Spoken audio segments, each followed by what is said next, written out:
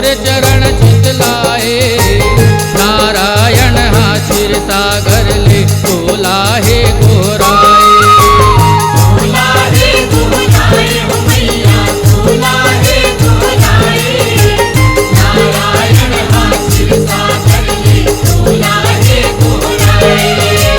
अखंड धायनी शिव शंकर हा सुमिरन हार चढ़ाए। इंद्र अग्नि औ पवन वरुण हा तोला माथ नवाए। तोला माथ नवाए हो मैया तोला माथ नवाए। इंद्र अग्नि औ पवन वरुण हा तोला माथ नवाए। 14 भुवन महा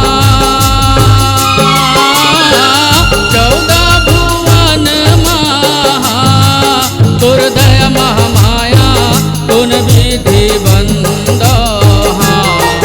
और महिमा माता तुन विधि बंदा।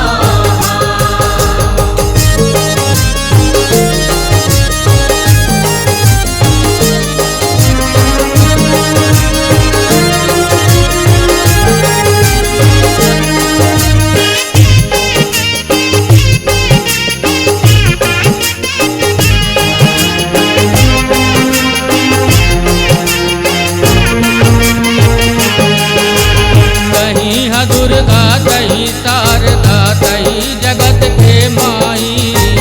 सर्वशक्ति औ मंगला काली बगुला मुखी सुखदाई। बगुला मुखी सुखदाई हो मैया बगुला मुखी सुखदाई। सर्वशक्ति औ मंगला काली बगुला मुखी सुखदाई। चंडी चंड प्रचंड चंडिका मौली हो महामाई। सताक्षी सर्वेश्वरी माता आदिशक्ति भमलाई। आदिशक्ति भमलाई हो मैया आदिशक्ति भमलाई। सताक्षी सर्वेश्वरी माता आदिशक्ति भमलाई।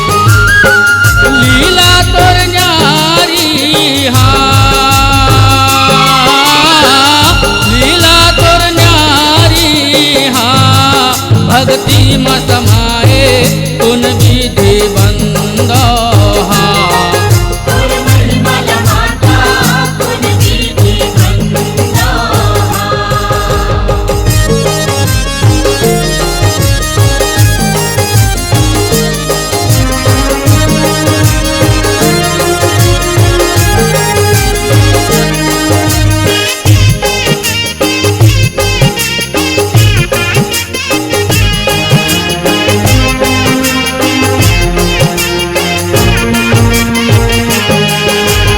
अखंड ज्योत हा भरे जगत में नवरात्रि महारानी।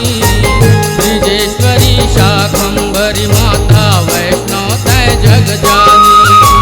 वैष्णव तय जग जानी हो मैया वैष्णव तय जग जानी। ब्रजेश्वरी शाकंभरी माता वैष्णव तय जग जानी। लंगूर वीर तोर कर अगुवानी अब भैरव गानी। चरण कमल तन मन अर्पण हे सुफल हुए जिनगानी। सुफल होए जिनगानी हो मैया सुफल होए जिनगानी।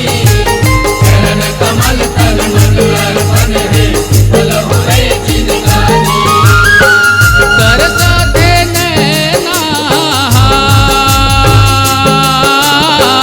कर साथे नैना दर्शन बर माता तुन विधि बंदा।